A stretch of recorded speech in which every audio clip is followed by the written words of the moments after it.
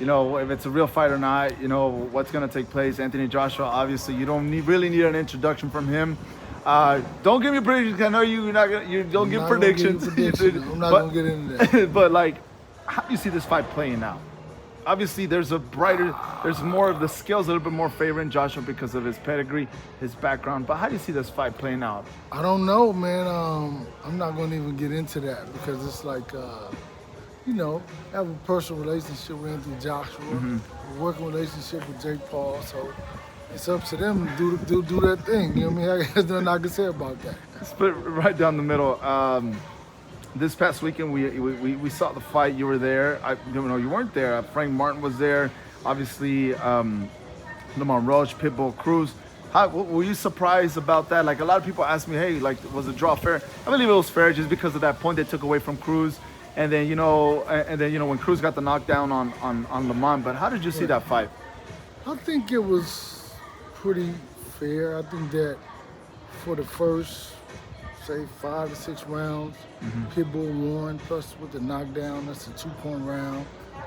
Then Lamont Roach did kick in the later parts. He had 3 or 4 good rounds. But I think that with the point taken away, that kind of brought it closer. I think in the last round, Pitbull probably won the round. But I don't know. So, just for me looking at it, watching the fight, it was good to be a draw. It was okay. It means it'll come back stronger. And Lamont Roach knows how he has to start out. He started out very slow. He started out kind of getting the rhythm of Pitbull. It was very difficult because he looked like he was punching very hard. So, I think now he'll come out and probably be more assertive and, get it started. Derrick, I was a little bit surprised of Pitbull Cruz. Usually he always comes in swinging, throwing bombs. Right. This time I actually saw him box a little bit better. He was getting counterpunch. And So, this is the thing about it. He's a very intelligent fighter also, obviously. And you have to be the individual that you have to be successful. So going in there fighting and throwing punches wasn't good because he saw Lamont Roach counterpunching him and punching in between his punches and punching after his punches. The only way you can be great at counterpunching, they have to commit first. So he realized that. That's why you saw him boxing, you saw him moving. I think it was the pressure and the fight that, Roach was giving to him that made him rethink his strategy. Yeah, so definitely the rematch is something that we're all going to want to see. It's going to be a great fight. Right. Derrick, 2 more questions for you. And 2 more questions. Frank Martin. Okay. He fought well. He looked good. No, he looked good. He looked good. He wants that fight versus Keyshawn, if I'm not mistaken, Richardson Hitchens. Oh, Richardson Hitchens. He said he will want that fight next. As a former fighter of yours, what did you think of his performance, and where does Frank Martin go from here? I think he did well. I think that he goes well as far as he wants to go. It's like I think the sky's the limit for him. As long as he's focused, disciplined, you can have what you want in life. That's with anybody, any fighter, anybody. I think that as long as you apply yourself, you can have whatever you want in life, and I think he can have whatever he wants.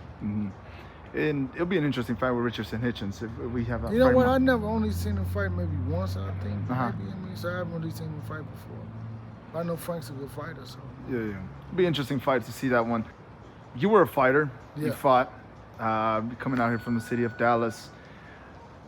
There's a lot of been talks about the whole situation of Crawford and the sanctioning fees.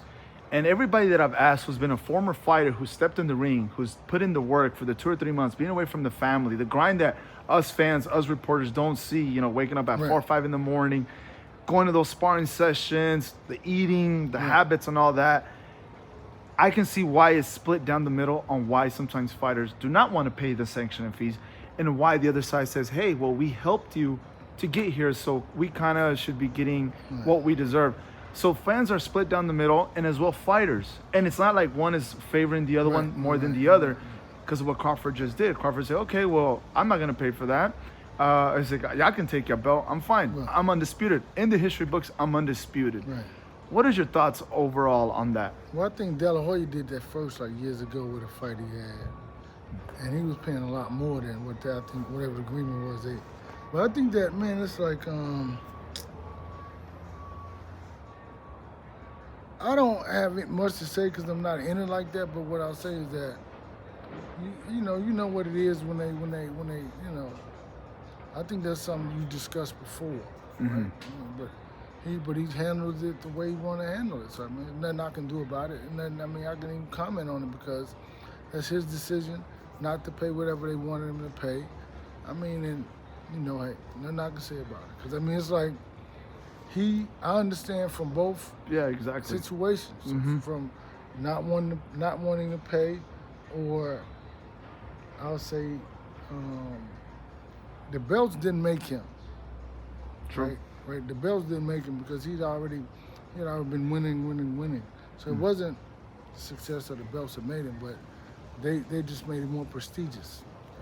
But I think that's a conversation that you have with him. So listen, I'm getting bigger and bigger and bigger. Do I want to keep paying like this? No, yes. I mean, but if that be the case, I mean, if you agree to do whatever you do, then you got to do what you do. Yeah, and like I said, I can see both sides, I can't like as a fan, as a reporter, or whatever people call us nowadays. I can't be like, why? I can see why the WBC is doing this.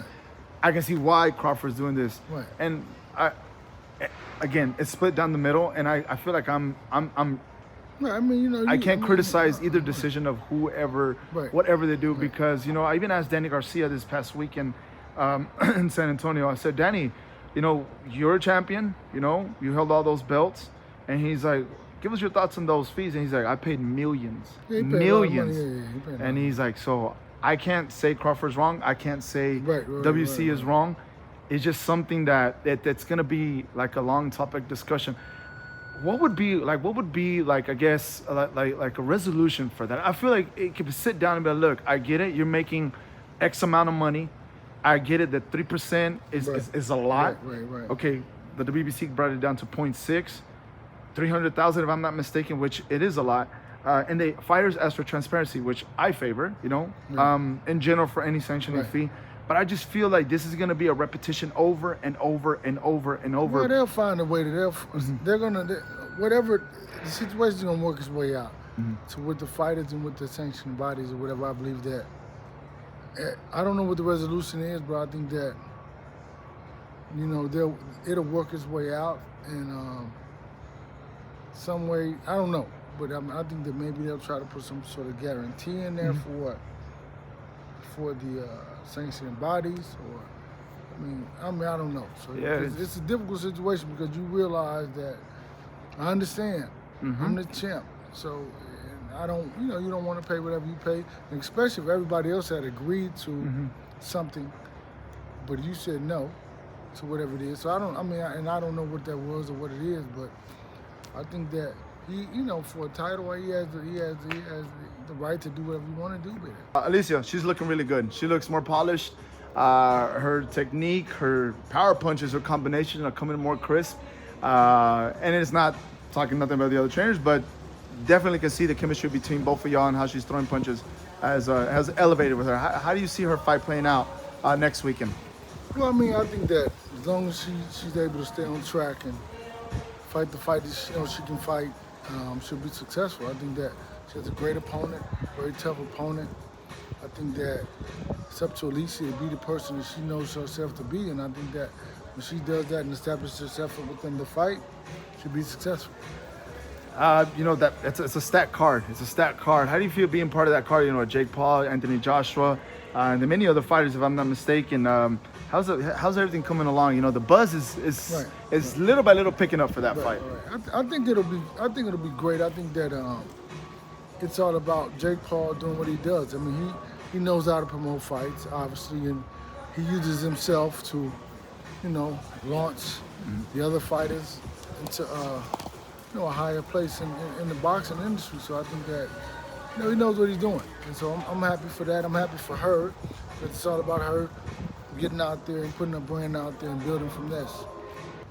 Derrick, always a pleasure speaking with you. Thank you for opening your gym and seeing. Your segue was gonna be like to one more question. I see you. No. Because you did ask one more question. You said two, and you did ask three. That one just came to the top of my head. No, okay, Derrick, it's okay. Always a pleasure. Thank you so much for opening your gym, letting us see Alicia.